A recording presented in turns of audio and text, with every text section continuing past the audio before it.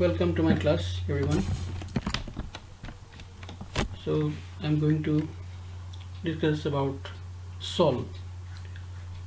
8 রকমের কলোয়েডীয় দ্রবণ আমরা জেনেছি আগের ক্লাসে। তার মধ্যে যেটা নিয়ে আমাদের পরবর্তী স্টাডি সেটা হলো সল।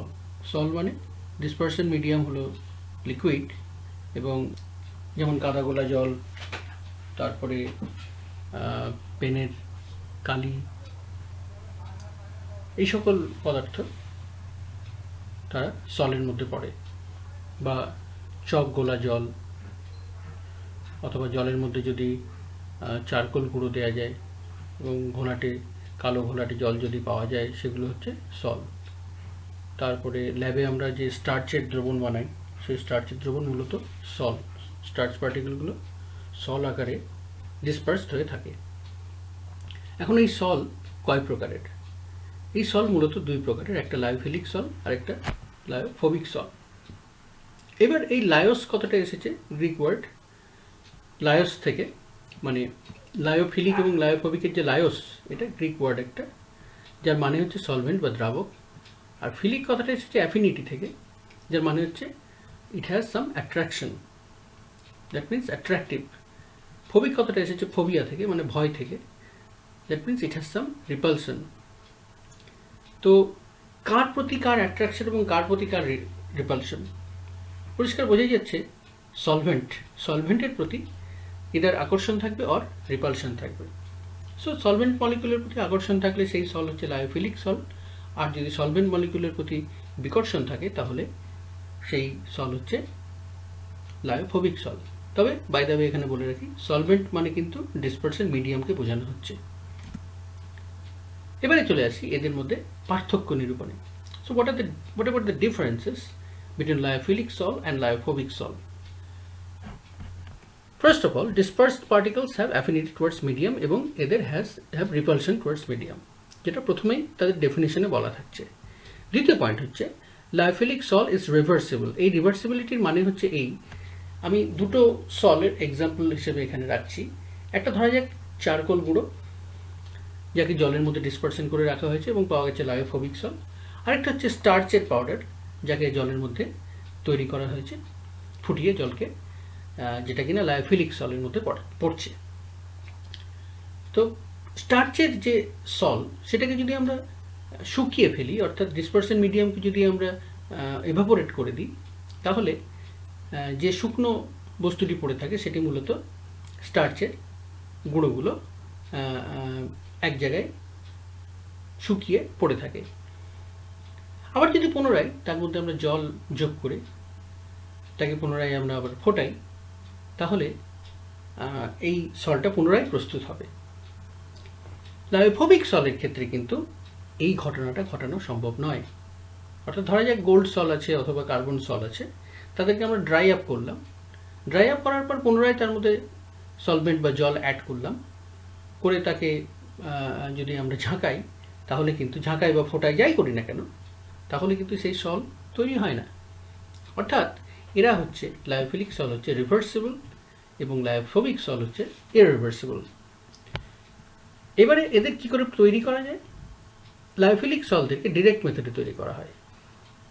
ডিরেক্ট মেথড মানে জাস্ট সলটা নিলাম, তার মধ্যে আমরা ডিসপারশন মিডিয়াম, মানে সলের যে পাউডারটা, সেই পাউডারটা নিলাম, সলিড পাউডারটা, ডিসপারশন মিডিয়াম যে লিকুইড, সেই লিকুইডটা অ্যাড করলাম, করে তাকে জাস্ট শেকিং করলাম অথবা বয়েল করলাম, তৈরি হয়ে গেল। কিন্তু লায়োফোবিক সলের ক্ষেত্রে এরকম জাস্ট তাদের গুঁড়ো নিয়ে ডাইরেক্ট মিশিয়ে জলের মধ্যে বা সলভেন্টের মধ্যে একটু ঝাঁকিয়ে নিয়ে বা গরম করে যে তৈরি করা, সেটি কিন্তু লায়োফোবিক সলের ক্ষেত্রে সম্ভব নয়। তাহলে কি করে তৈরি করতে পারবো আমরা তাকে? একে দুটি পদ্ধতিতে তৈরি করা যায়, একটি হচ্ছে ডিসপারশন মেথড, আরেকটি হচ্ছে কনডেনসেশন মেথড। এই দুটোকেই একসাথে বলা হয় ইনডিরেক্ট মেথড, অর্থাৎ সরাসরি করা যায় না, এদেরকে ঘুরপথে করতে হয়। তো এই বিষয়ে ডিটেইলড আলোচনা আমরা একটু পরে করব, কি করে ডিসপারশন মেথড এবং কনডেনসেশন মেথডে এদের প্রস্তুত করা হয়। আমরা পার্থক্যের ক্ষেত্রে শুধু বলবো they can be prepared directly and this can be prepared indirectly. আচ্ছা, এবারে চলে আসি স্থায়িত্বের ক্ষেত্রে। ধরা যাক সলটাকে আমি রেখে দিলাম, তো একদিন পরে এসে দেখব সেই সলটা আগের মতোই রয়েছে। অথবা যদি আমরা কার্বন সলের ক্ষেত্রে দেখি, তাহলে দেখব কার্বনগুলো নিচে থিতিয়ে গেছে, শুধু স্বচ্ছ জল পড়ে রয়েছে। অর্থাৎ লাইফোফিলিক সল হচ্ছে very much stable, on the other hand lyophobic sols are unstable, so they can easily undergo flocculation if a little bit electrolyte is added to them. আর এদের ক্ষেত্রে যদি কোনো ইলেকট্রোলাইটও অ্যাড করে থাকি না কেন, তাহলেও কিন্তু এরা ফ্লক করে না মানে নিচে থিতিয়ে যায় না। ফাইনালি যে দুটো প্রপার্টি পড়ে রইল তারা হচ্ছে একটি ভিসকোসিটি, অপরটি হচ্ছে সারফেস টেনশন। লাইফোফিলিক সলের ক্ষেত্রে ভিসকোসিটি খুব হাই হয়, তারা খুব ভিসকাস হয়, থকথকে হয়, আর সারফেস টেনশন কি হয়, ভেরি লো হয়। আর লাইফোবিক সলের ক্ষেত্রে ভিসকোসিটি, সারফেস টেনশন দুটোই যে ডিসপারশন মিডিয়াম তারই মতন হয়, অর্থাৎ যে পার্টিকেলগুলো ডিসপার্সড হয়ে থাকে তারা কিন্তু মিডিয়ামের সারফেস টেনশন এবং ভিসকোসিটিতে খুব একটা বেশি প্রভাব ফেলতে পারে না। So their viscosity and surface tension are almost similar to that of the medium. So these are the differences between lyophilic sol and lyophobic sol. Now we go on to their preparation method, যেটা সম্বন্ধে আমি বললাম যে পরে করে বলবো। তো লায়োফিলিক সলগুলো directly করা যায় তৈরি, যেমন ধরো জলের মধ্যে স্টার্চ একটু নিয়ে ফুটিয়ে দিলাম, বা আমরা এমনি আঠা তৈরি করি না, যারা পোস্টার টোস্টার লাগায় তারা দেখবে ময়দাকে জলের মধ্যে যোগ করে জলটাকে ফুটিয়ে নেওয়া হচ্ছে এবং সেই জলটা খুব ভালো আঠার কাজ করছে। তো এটা একটা লায়োফিলিক সল। অন দ্য আদার হ্যান্ড যদি আমরা গোল্ড সল তৈরি করতে চাই, বা কার্বন সল তৈরি করতে চাই, বা আর্সেনিক সালফাইড সল তৈরি করতে চাই, বা পটাশিয়াম আয়োডাইড লেড আয়োডাইড সল তৈরি করতে চাই, অথবা ফেরিক অক্সাইড সল তৈরি করতে চাই, এই যে সলগুলো তাদের ক্ষেত্রে কিন্তু দুটো পদ্ধতি আছে, একটা হচ্ছে ডিসপারশন মেথড আর একটা হচ্ছে কনডেনসেশন মেথড। দুটোই ইনডিরেক্ট মেথড। ডিসপারশন মেথডে কি হয়, কলয়েডাল যে সাবস্ট্যান্সগুলো যারা ডিসপারশন মিডিয়ামের মধ্যে ডিসপার্সড ফেজ হিসেবে থাকবে, অর্থাৎ ডিসপার্সড ফেজ যেটা, তারা একটু বড় পরিমাণে উপস্থিত থাকে, অর্থাৎ তারা একটা অ্যাগ্রিগেশন হিসেবে থাকে। এবার সেই অ্যাগ্রিগেশনটাকে আমরা ভেঙে টুকরো টুকরো করে দিই, অর্থাৎ তাদেরকে ডিসইন্টিগ্রেট করে মিডিয়ামের মধ্যে ডিসপার্স করে দিই with the help of some electrolyte. ইলেকট্রোলাইটটা এখানে স্টেবিলাইজিং এজেন্ট হিসেবে কাজ করে। তাহলে বড় থেকে ছোট কেটে টুকরো টুকরো করে দিয়ে ছোট, এটি একটি পদ্ধতি। অপর পদ্ধতিটি হচ্ছে ছোট থেকে বড়, অর্থাৎ যদি তাদের যে পার্টিকেল সাইজগুলো তারা অলরেডি সলিউশনের মধ্যে একটা ট্রু সলিউশন ফর্ম করে রয়েছে এবং কোনোভাবে তাদেরকে যদি আমরা প্রেসিপিটেট আউট করাতে পারি, এবং প্রেসিপিটেট আউট হওয়ার পরে তারা যে পার্টিকেলগুলো ফর্ম করবে তাদের যে পার্টিকেল সাইজ, সেই পার্টিকেল সাইজটা 10⁻³ মিলিমিটারের থেকে বড় হয়, তাহলে তাদেরকে এই যে প্রস্তুত পদ্ধতি যাকে কনডেনসেশন মেথড বলা হয়। অর্থাৎ কলয়েডাল পার্টিকেলের সাইজগুলো অনেক ছোট ছিল, সেগুলোকে জোড়া লাগিয়ে একটু বড় করে কলয়েডাল রেঞ্জের মধ্যে এনে আমরা তাকে স্টেবিলাইজ করছি। অর্থাৎ প্রথম পদ্ধতিটা হচ্ছে ডিসপারশন মেথডটা কি না, বড়কে কেটে ছোট করা, আর তৃতীয় পদ্ধতিটা কনডেনসেশন, মানে খুবই ছোট ছোট কণা রয়েছে তাদেরকে জোড়া লাগিয়ে কলয়েডীয় রেঞ্জের মধ্যে নিয়ে আসা। এবারে চলে আসি আমরা এদের যে ক্লাসিফিকেশন, ডিসপারশন মেথড কত রকমের হয়, কনডেনসেশন মেথড কত রকমের হয়, সেটা যদি দেখি তাহলে দেখব ডিসপারশন মেথড মোট 4 রকমের হয় এবং কনডেনসেশন মেথড মোট 6 রকমের হয়, যার মধ্যে মূলত 3টি ভাগ আছে। 3 নম্বর ভাগের আবার 4টি সাব ক্যাটাগরি আছে, অর্থাৎ এখানে 4 এবং এখানে 1 এবং 2 মিলে মোট 6 রকমের পদ্ধতিতে কনডেনসেশন মেথড হয়, আর ডিসপারশন মেথড হয় 4 রকম পদ্ধতিতে। তো এগুলো আমরা ইন ডিটেলস অবশ্যই আলোচনা করব। আজকের আমাদের আলোচনার বিষয়বস্তুর মধ্যে শুধু ডিসপারশন মেথডটা থাকবে, কনডেনসেশন মেথডটা আমরা পরের ক্লাসে আলোচনা করব।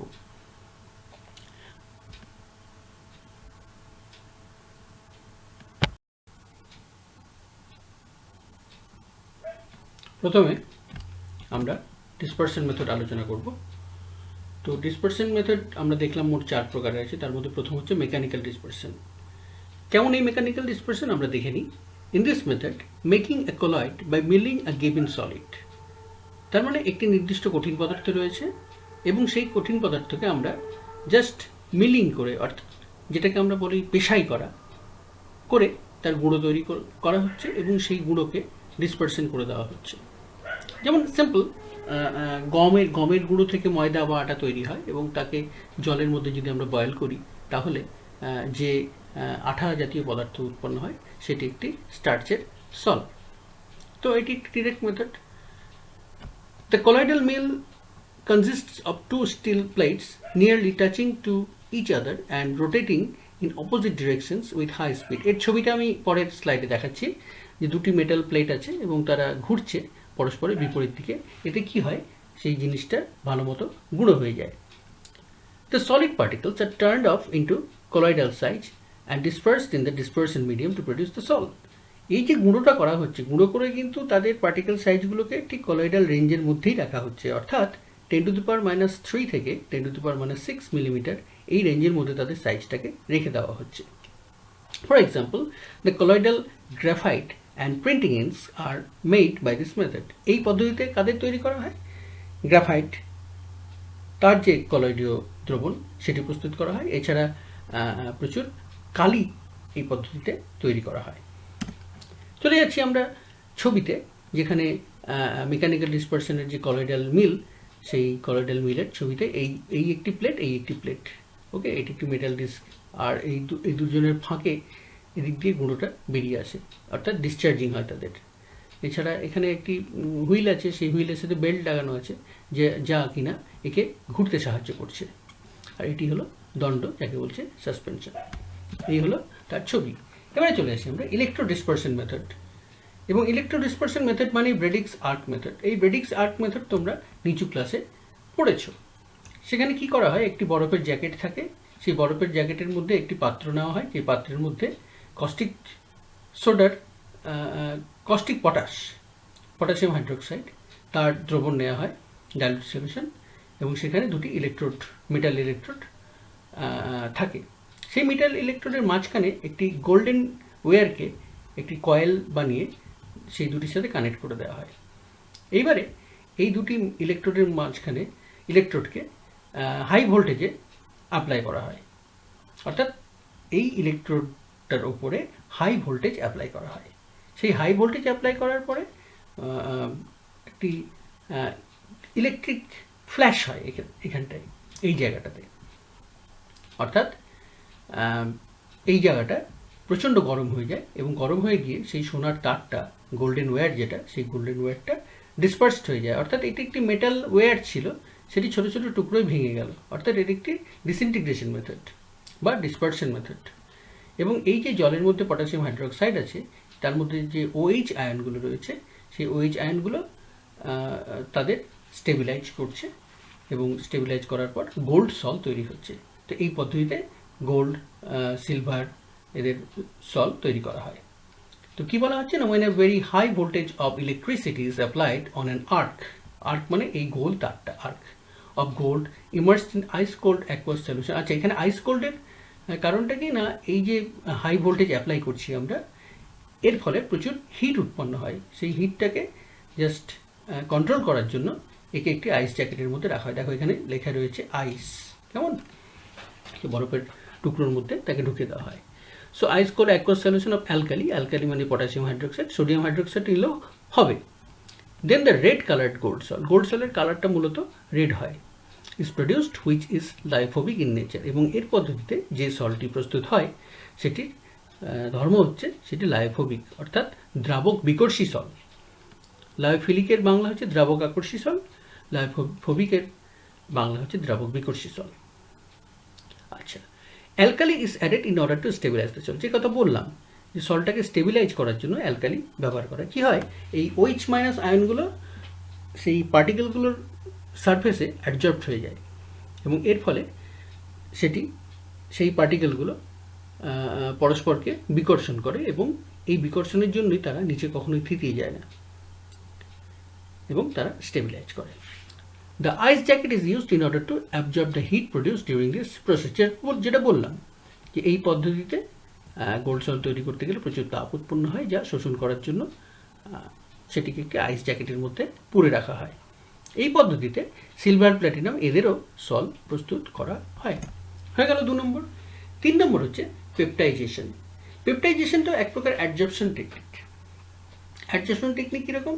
ধরা যাক তোমরা প্র্যাকটিক্যালে, ইনঅর্গানিকের প্র্যাকটিক্যালের সময় যখন গ্রুপ অ্যানালিসিস করেছো তখন গ্রুপ 3A-তে কী করেছো? 3A-তে আয়রন আছে, আয়রন, ক্রোমিয়াম এবং তোমার গিয়ে তার সাথে কী আছে? আয়রন, ক্রোমিয়াম এবং অ্যালুমিনিয়াম। তো তাদেরকে যখনই অ্যামোনিয়াম হাইড্রোক্সাইডের সাহায্যে প্রেসিপিটেট ফেলা হয় তখন সেগুলি ঘোলাটে একটি সল তৈরি করে। তো সেই সলগুলো কী করে স্টেবিলাইজড হয়? তারা তাদের সিমিলার আয়নকে অ্যাডজর্ব করে নেয় তাদের চতুর্দিকে, এবং অ্যাডজর্ব করার ফলে সেই কণাগুলো মূলত তারা এক একটি মাইক্রোক্রিস্টাল, তারা পরস্পরকে বিকর্ষণ করে এবং এই বিকর্ষণ বলের জন্যই তারা দ্রবণের মধ্যে ডিসপার্সড হয়ে থাকে, অর্থাৎ স্টেবিলাইজড হয়ে থাকে। So in this method, converting a precipitate into a colloidal sol by shaking it with a small amount of electrolyte, অর্থাৎ এই যে ফেরিক হাইড্রোক্সাইডের প্রেসিপিটেটটা পড়লো অ্যামোনিয়াম হাইড্রোক্সাইড যোগ করার ফলে, তো সেটি ফেরিক ক্লোরাইড এর সাথে তাকে যদি একটু ঝাঁকিয়ে দেওয়া হয় তাহলে ফেরিক ক্লোরাইডের Fe3+ আয়নগুলোকে সে অ্যাবজর্ব করে এবং তারা স্টেবিলাইজ হয়। The electrolyte used is called as peptising agent. এই যে পদ্ধতি, এই পদ্ধতিটার নাম হচ্ছে পেপটাইজেশন, এবং এক্ষেত্রে স্টেবিলাইজার হিসেবে যে ইলেকট্রোলাইট ব্যবহার করা হয় তাকে পেপটাইজিং এজেন্ট বলা হয়। উদাহরণস্বরূপ এখানে ফেরিক হাইড্রোক্সাইডের উদাহরণ এবং সিলভার ক্লোরাইডের উদাহরণ দেওয়া হচ্ছে। Ferric hydroxide yields a salt by adding ferric chloride. Freshly prepared ferric hydroxide is shaken with aqueous solution of ferric chloride, অর্থাৎ ফ্রেশলি প্রিপেয়ার্ড যে প্রেসিপিটেটটা তৈরি হলো ফেরিক হাইড্রোক্সাইডের, সেটাকে ফেরিক ক্লোরাইড দ্রবণের সাথে আমরা খুব ভালো করে ঝাঁকালাম। ঝাঁকালে ইট অ্যাডজর্বস Fe3+ আয়নস। তাদের যে ফেরিক হাইড্রোক্সাইড যে অ্যাগ্লোমেরেট যেগুলো, তার গায়ে ফেরিক আয়নগুলোর অ্যাডজর্পশন হয় বা অধিশোষণ হয় এবং তারা ছোট ছোট টুকরোতে ডিসপার্সড হয়ে যায় বা ব্রেকআপ হয়ে যায় এমন একটি সাইজে, যে সাইজটি কিনা কোলয়েডাল রেঞ্জের মধ্যে থাকে। ফলে এই একটি ক্লাস্টার তৈরি হয় এবং আলটিমেটলি আমরা একটি সল পাই যেটি কিনা lyophobic sol. On the other hand, silver chloride, আরও একটি এক্সাম্পল এখানে দেওয়া যেতে পারে, silver iodide, this are all can be converted into a sol by adding some hydrochloric acid or hydroiodic acid in case of silver iodide. Number 4 method is ultrasonic dispersion. Ultrasonic কথাটা তোমরা জানো, সেটা হলো USG ডাক্তাররা যেটা করেন ultrasonography, সেই ultrasonography এবং এই আল্ট্রাসোনোগ্রাফি একই জিনিস। অর্থাৎ যে ফ্রিকোয়েন্সির সাউন্ড আমরা শুনতে পাই না, কেন শুনতে পাই না? কারণ সেগুলি ভেরি হাই ফ্রিকোয়েন্সির সাউন্ড এবং তার মান মূলত 20 কিলোহার্টজের থেকেও বেশি, সুতরাং আমাদের অডিবল রেঞ্জের বাইরে এরা থাকে।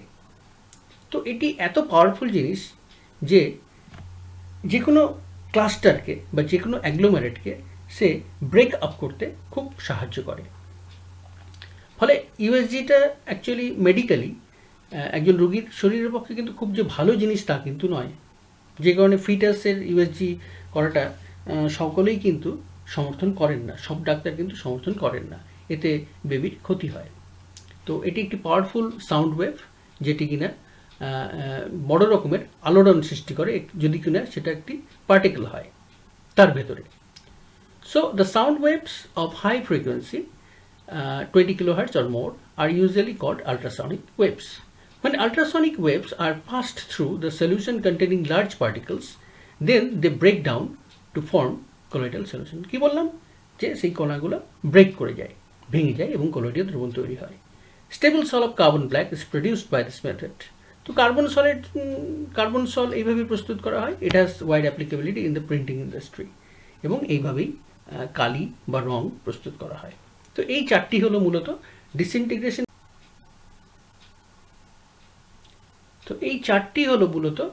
ডিসইন্টিগ্রেশন। মেথড বা ডিসপারশন মেথড। তো আজ এটুকুই থাক। কনডেনসেশন মেথড আমরা পরের ক্লাসে আলোচনা করব। By the way, thank you very much.